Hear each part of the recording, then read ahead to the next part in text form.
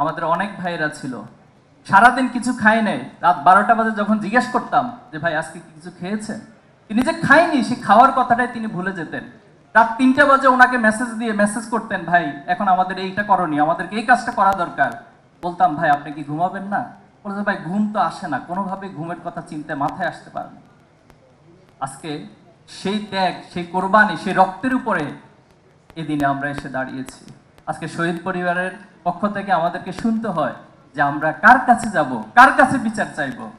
আমি এখানে রাজনৈতিক নেতৃবৃন্দরা রয়েছেন, সবিনয় অনুরোধ করব, আপনাদের কোনো কথা, কোনো কাজে যদি জুলাই বিপ্লবের স্পিড বিনষ্ট হয়, তাহলে আগামী দিনে আপনাদেরকেও ছাত্র জনতা কাঠগড়ায় দাঁড় করাবে। এবং আজকে যারা রক্তের উপরে চেয়ারগুলোতে বসে আছেন, বাংলাদেশকে পরিচালনা করছেন, তাদের উদ্দেশ্যে সবিনয়ে বলতে চাই, এই চেয়ারগুলো সাধারণ কোনো কার্পেটের উপরে বসে নাই, কোনো ফ্লোরের উপরে বসে নাই, শহীদদের রক্তের স্তূপের উপর বসে আছেন আপনারা।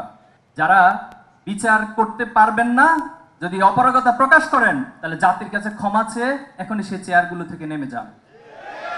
কিন্তু এই চেয়ারগুলোতে বসে ফ্যাসিবাদকে পুনর্বাসন করবেন, এটা আমরা কখনো মেনে নিব না।